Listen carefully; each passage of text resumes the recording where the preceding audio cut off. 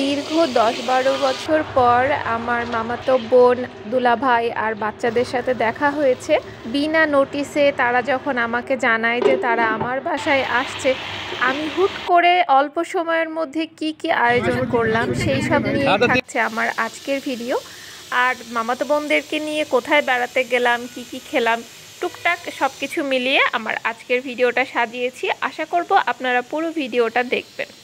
তো কথা না বাড়িয়ে চলুন ভিডিওটা শুরু করা যাক। আসসালামু আলাইকুম, কেমন আছেন সবাই? আশা করছি আপনারা সবাই খুব ভালো আছেন। আলহামদুলিল্লাহ, আমরাও সবাই ভালো আছি। মামাতো বোন আসবে 10-12 বছর পর। আমি হুট করেই জানতে পেয়েছি দুপুরের পর। আর রাতের আয়োজনে এজন্য চটজলদি মাছ মাংস যা কিছু রান্না করব সব কিছু ফ্রিজ থেকে নামিয়ে রেখেছিলাম। আমার যেহেতু হুটহাট গেস্ট চলে আসে, এই কারণে ডিপ ফ্রিজে আমি এভাবে মাছ ভেজে সংরক্ষণ করি। এতে করে মাছ ধোয়া বা ভাজা এই কাজগুলো থেকে আমি একটু আরাম পেয়ে যাই।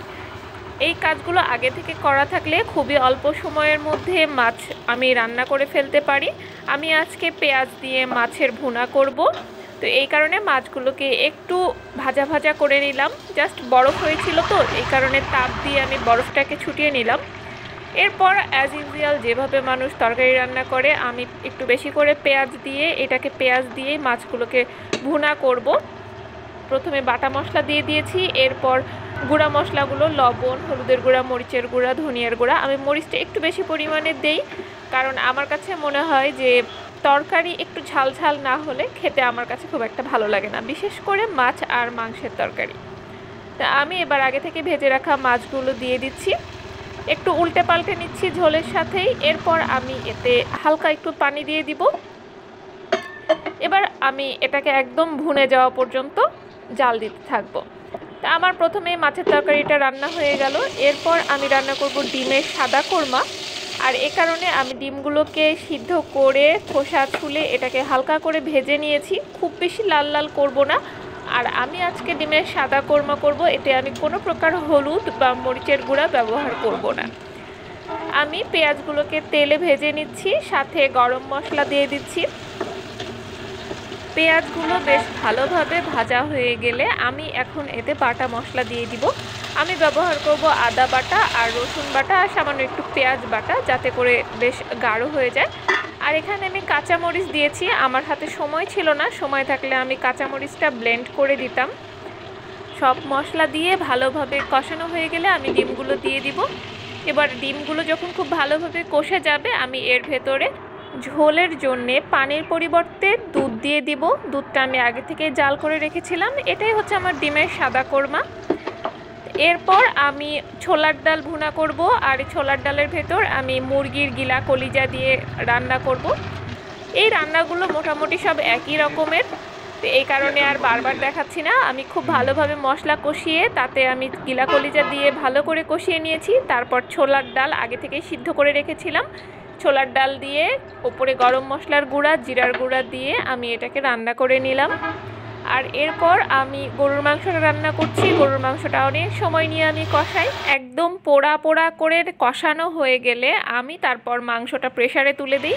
আমার কাছে মনে হয় গরুর মাংস, মহিষের মাংস, ব্রয়লারের মুরগি আপনি যত বেশি কষাবেন, যত পোড়া করবেন, তত বেশি টেস্ট লাগবে। তো এই কারণে আমি মাংসটাকে অনেক ভালো করে কষিয়ে নিচ্ছি। রান্নার ফাঁকে আমি আরও যে কাজগুলো, যেমন আলু ভাজি, পটল ভাজা, বেগুন কেটে নিয়েছি, কারণ বেগুনের আচারই করেছি, সাথে আলাদাভাবে বেগুন ভাজা এবং চিকেন ফ্রাইও আমি করেছিলাম, সাথে পোলাও। কিন্তু আমি আর একটা ভিডিও করতে পারিনি। এই যে দেখতে পাচ্ছেন আমার মিষ্টি একটা বাচ্চা আব্দুর রহমান, ও চলে এসেছে। আমার আপু, দুলা ভাই, আমার যে ছেলে মেয়েরা আছে সবাই মিলে চলে এসেছে, সাথে আমার আম্মু এসেছে। তো ওদের সাথে সময় কাটাতে যেয়ে আমি আর একটা ভিডিও ক্লিপও নিতে পারিনি। কোনো আফসোস নেই, কারণ তাদের সাথে আমি একটা কোয়ালিটি টাইম পার করতে পেরেছি, এটাই আমার সবথেকে বড় পাওয়া। এত বছর পর তাদের সাথে দেখা, মাশাআল্লাহ আমার ছোট বাবাটা আব্দুর রহমান এত হাসি খুশি এবং শান্ত একটা বাচ্চা। ওকে নিয়ে আমাদের অনেক ভালো সময় কেটেছে। ও চলে যাওয়ার পর আমরা আব্দুর রহমানকে অনেক মিস করছিলাম।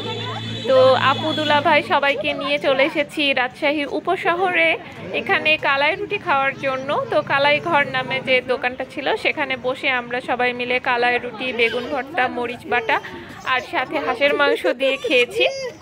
তো এখানে ছোট ছোট কুকুরের 2টা বাচ্চা ছিল আর তার সাথে আব্দুর রহমান এত মজা করছিল, এত খেলছিল, মানে অনেক আনন্দ করেছে বাচ্চাটা। তো আপুরা মাত্র 2 দিনের জন্য এসেছিল, একদিন আমার কাছে থেকেছে আর একদিন আমার আব্বুর বাসায় থেকেছে। অনেক ভালো একটা সময় কেটেছে, ইনশাআল্লাহ আবারও আমাদের দেখা হবে। তা আপুরা পরের দিন সিরাজগঞ্জ চলে গেছে, ওনারা সিরাজগঞ্জে থাকেন। আচ্ছা, এই কালাই রুটি খাবারটা আপনাদের কাছে কার কেমন লাগে আমাকে প্লিজ কমেন্ট করে একটু জানাবেন তো।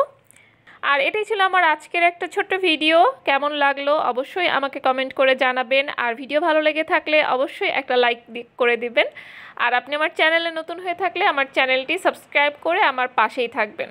আমার পরবর্তী ভিডিও দেখার আমন্ত্রণ জানিয়ে আজকে এখানেই বিদায় নিচ্ছি। সে পর্যন্ত সবাই খুব ভালো থাকবেন। ধন্যবাদ সবাইকে। আসসালামু আলাইকুম।